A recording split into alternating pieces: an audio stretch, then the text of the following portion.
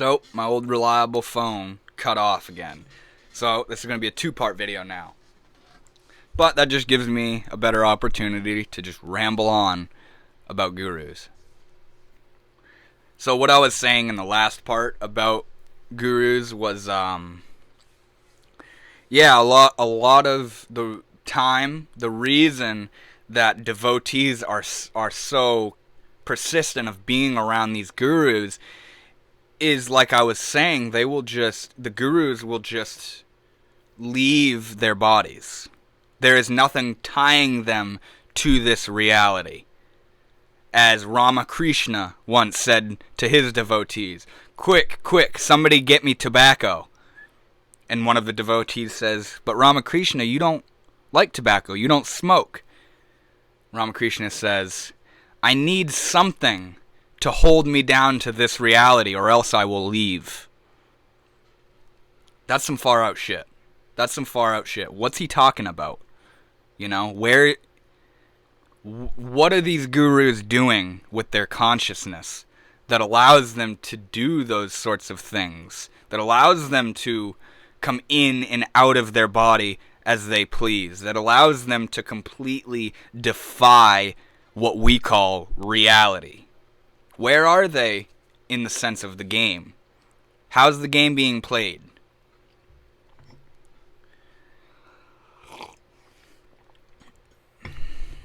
This is another, what I want to make a stern difference between the teacher and the guru. Is this just ability to do it. This ability to embody and be what we've all been learning and what we all want to want, but don't really want because we think in a certain way it's not possible or it's not safe, The gurus have done it. The gurus have let go. There are tons of what you could call gurus that haven't been discovered as gurus simply because there is no sort of literature on them, because they're off in a cave, lost in samadhi, having nothing to do with society, with people, and raising the awareness of the people. They have left. This is what makes the difference between a Buddha and a bodhisattva. A Buddha goes off into the mountains and is never to be seen again. A bodhisattva hangs around. They awaken, but they hang around and they play the game with the crowd to help them awaken as well. Because they're kind of under the impression that all these people need to come with me eventually if I want to really be enlightened. So that's really the role of the bodhisattva. And I feel like some of these gurus naturally embodied what a bodhisattva represents. They were just there. They had no desire to leave into the mountains to go deeper into the states that they were already in. Because they could just be in it. They were it. So it didn't matter what they were doing. It didn't matter if they were in the city, up in a cave, in the bathroom, in some random person's house. No matter where and no matter what they were and who they were was fully here, was fully with it. Never swayed. Anytime you try to outwit a guru with your knowledge as your weapon, it would get thrown back in your face in some completely irrational way.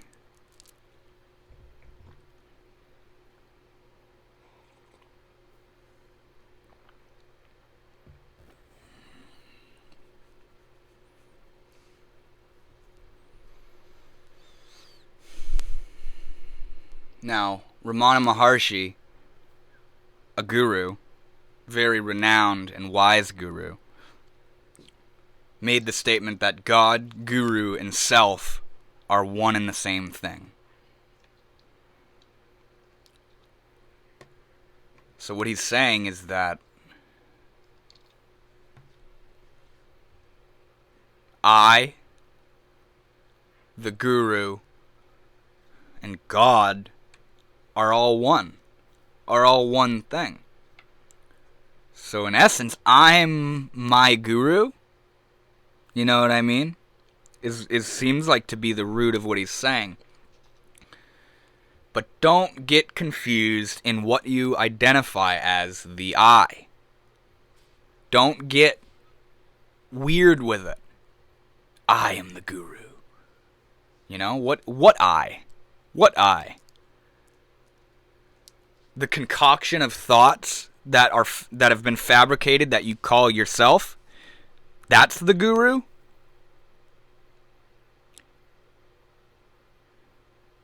You know what I mean? I think when Ramana Maharshi says that God, Guru, and Self are one, what he's really talking about is the non-separable experience that runs through all of it. Everything. Everything. The experience of awareness. The awareness of awareness is what he was talking about. And awareness is the Guru. Awareness is what allows you to see the maze. To see the how the whole thing is set up. Now, if you stay in awareness, the setup is still there. You're not working on it. So you need to come down and back into the game and rearrange your setup. And the Guru is not going to tell you to do this. The Guru is just himself or herself. They are just there. They may talk, they may not talk. They may do things, they may not do things.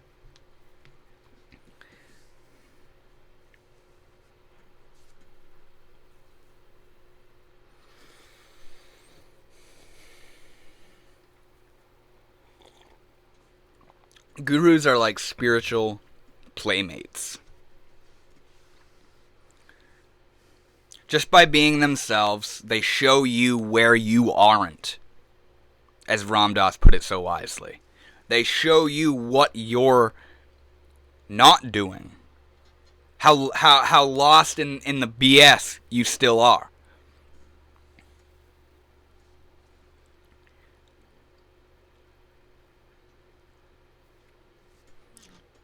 You know, like just to give an example, Ram Dass with his guru Maharaji, Ram Dass was going to be running this meditation retreat for a whole summer, doing all this deep meditation and teaching people how to do it and whatnot. And he was telling this to Maharaji in a kind of like, doesn't this impress you, Maharaji, type way. And after Ram Dass shares with him what he's going to be doing, Maharaji smiles and says, if you desire. You know what I mean? Like, you can go out and do all this stuff. You can go ego trip if you want to go ego trip. Do you desire? Do you desire to go and meditate and be a meditation retreat teacher? As if even meditation itself will do nothing if you desire it, I feel is what he was saying. If you desire it, sure, go do it. Go do it. Keep desiring. Keep desiring. But when you're ready to come down, from your ego trip, we'll be right here. We'll be right here.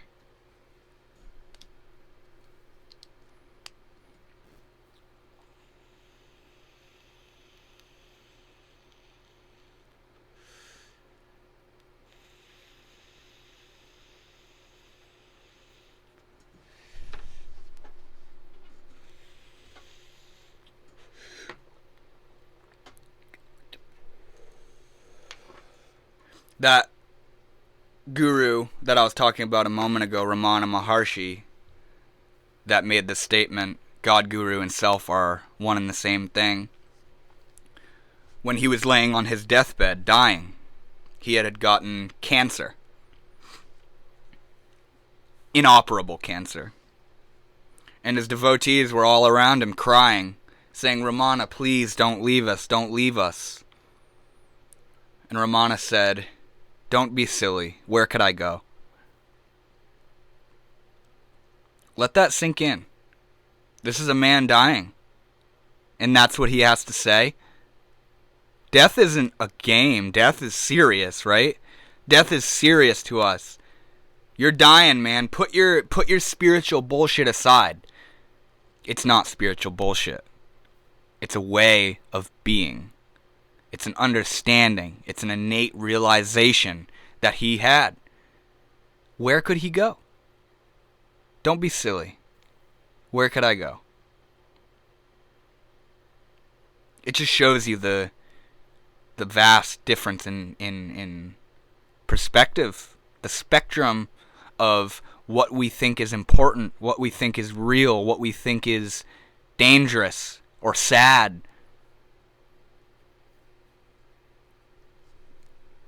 These gurus point those things out to us, whether they tried to or not.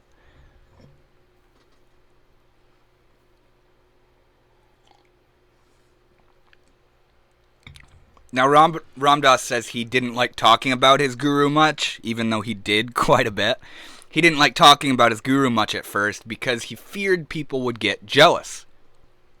And I'm kind of a victim of that, you know what I mean? That was what prompted the conversation that I had with Psychonaut Visions, because I am somebody who thinks, damn, wouldn't it be cool if I had this like really wise, awakened person that just like lived right by me and I could go visit him and stuff and he gave me the craziest teachings ever. You know what I mean? Wouldn't that be cool? Wouldn't that be cool? But then there's Ramana Maharshi in the back of my head saying, Northwood Shaman, you are the guru. You are the guru. And I'm like, yeah, I know, but you know, you know what I mean. Where's my cliche in the flesh yogi friend? Us Westerners expect a lot. We expect a lot.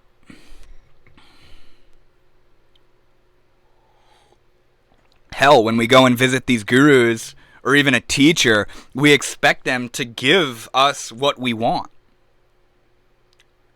You think it's going to come through words? You think it's going to come through them just being there? You went to them because you think they have it, and you'll get it because you're around them.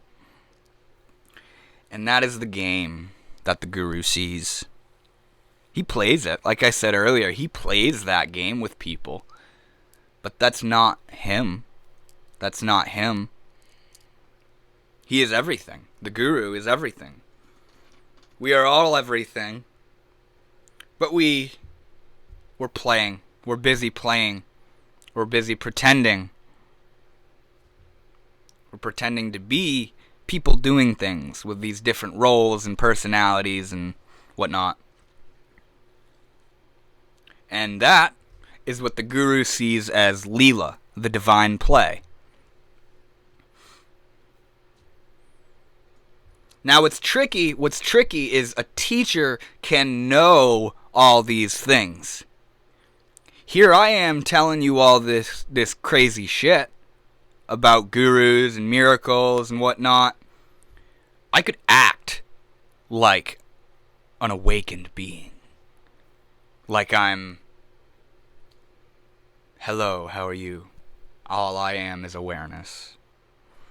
You know what I mean? I could act like that because I intellectually understand the conceptual basis of how a guru is and works and whatnot.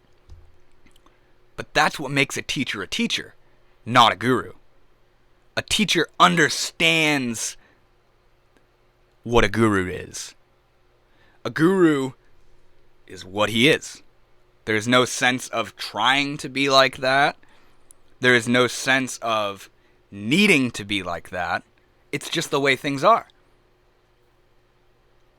It's just how things played out to be. To share another story, Maharaji and his devotees, that's Ram Dass's guru, they were all walking down a path, and they were walking over this bridge. And Maharaji says to one of the devotees, "Jump in." And the devotee says, "But Maharaji, I can't swim." And Maharaji says, "Oh, don't worry. If you're not meant to die, you won't."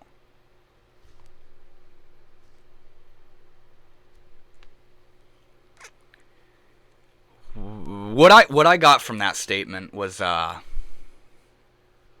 you can try to kill yourself. You can try to do something that you think will kill you, or do this or do that. But what's meant to happen will be the outcome. And if it's not lined up with what you think is going to happen, it went in an unexpected route, as you'd call it. But that was the way things were meant to unravel. And I feel that devotee not being able to swim was not the dictator of if he would die or not. The dictator of if he would die or not was if he was karmically meant to die that way or not. And that's what Maharaji was conveying, I think.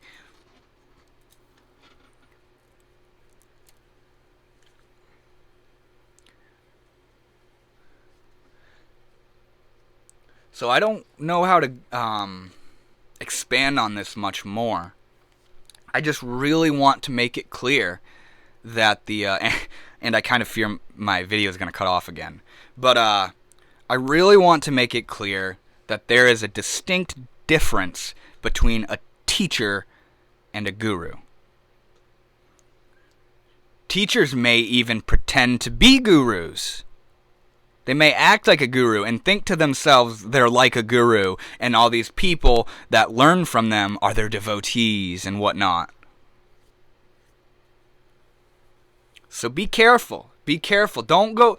And I'm not saying go look for a guru. I just wanted to make this video to,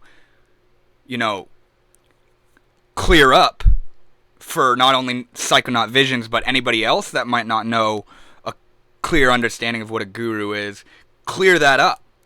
To share, this is what a guru is. It's not your typical spiritual teacher. It's an awakened being that is here in human form, manifesting in human form, in space and time. And that is a rare occurrence, according to Eastern mysticism, to have an enlightened, human form. So I think that is it for what is a guru. It's not a teacher. A guru can teach, but the guru isn't a teacher. They're not there. They're not with that whole ego trip, that whole role-playing thing. So I think that is a good stopping point for this video. If you have any further questions, specific questions about what a guru is or different gurus that there have been, please leave a comment letting me know that question. So with that said, thank you all for watching, and I will be back with more.